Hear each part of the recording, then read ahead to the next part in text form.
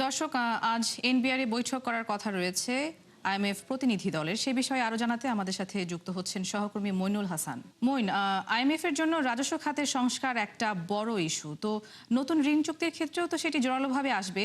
তো আজকের বৈঠকের বাইরে আর কি কি বিষয় আলোচনায় আসতে পারে সে বিষয়ে আপনার কাছে জানতে চাই। কিন্তু বাজেটের পরেই আইএমএফ দল বাংলাদেশে এসেছিল এবং তারা এনবিআর সহ বিভিন্ন সরকারি দপ্তরের সঙ্গে বৈঠক করেছিল। তার ব্যতিক্রম নয়, এবারও কিন্তু সেই প্রতিনিধি দল আসছেন। তবে বিষয়টি হচ্ছে যে এবার ঋণ চুক্তি নিয়ে নতুন ঋণ চুক্তি $450 কোটি যে নতুন ঋণ চুক্তি করতে যাচ্ছে বাংলাদেশ, আশা করছে হয়তো ডিসেম্বর নাগাদ পাবে।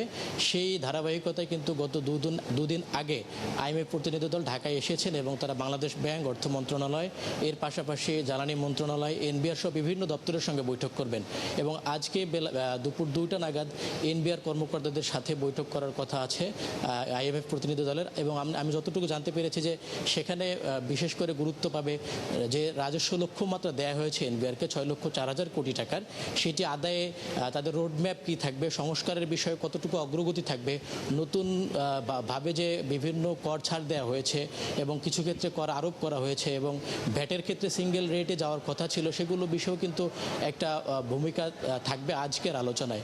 এবং সেক্ষেত্রে এনবিআর হয়তো তাদের পরিকল্পনা তুলে ধরবেন, তারা তাদের কর ছাড় কীভাবে দিয়েছেন, কোন কোন ক্ষেত্রে দিয়েছেন, সেগুলো থেকে কি পরিমাণ রেভিনিউ লস হবে কিংবা বাড়তি উৎসের দিকে যে নজর দিয়েছে এনবিআর সেখান থেকে কি পরিমাণ রেভিনিউ আদায় হবে, সেই বিষয়গুলো প্রাধান্য পাবে। একই সাথে সংস্কার কার্যক্রমের যে দীর্ঘদিন ধরে আলোচনা চলছে, দুই ভাগ করা নিয়ে এনবিআরকে নীতি এবং বাস্তবায়নের দুটি বিভাগ, সেগুলো আলোচনায় থাকবে। এবং একই সাথে সিগারেটের ক্ষেত্রেও কিন্তু এনবিআর প্রায় আশা করছে যে $5,000 কোটি বাড়তি রাজস্ব আদায় করতে পারবে, সেই বিষয়গুলো থাকবে। এর বাহিরে এনবিআরের যে নতুন লক্ষ্যমাত্রা $6,04,000 কোটি টাকার, সেটি আদায়ের ক্ষেত্রে একটি সুনির্দিষ্ট রোডম্যাপ হয়তো এনবিআরের কাছ থেকে আইএমএফ প্রত্যাশা করবে। এবং সব কিছু মিলে এনবিআরের এই আলোচনা যদি তাদের সাথে ফলপ্রসূ হয়, তারা যদি সন্তুষ্ট হয়, সেক্ষেত্রে কিন্তু ঋণ পাওয়ার ক্ষেত্রে আরেকখানি এগিয়ে যাবে বাংলাদেশ। যেটি আলোচনা হচ্ছিল, আগের চুক্তি বাতিল করা হয়েছে আপনি জানেন, এবং সেই মিলে সেক্ষেত্রে যে আগের ঋণ চুক্তির যে সিদ্ধান্ত সেটি কিন্তু বাতিল করা হয়েছে। নতুন করে $450 কোটি যে ঋণ প্রত্যাশা করছে বাংলাদেশ, সব কিছু মিলে যদি সব কিছু ঠিক থাকে, এনবিআরের সাথে আলোচনায় ব্যাংক রিফর্মের সব কিছু বিষয় ঠিক থাকলে হয়তো সেটি ডিসেম্বর নাগাদ পেতে পারে। নুজাত।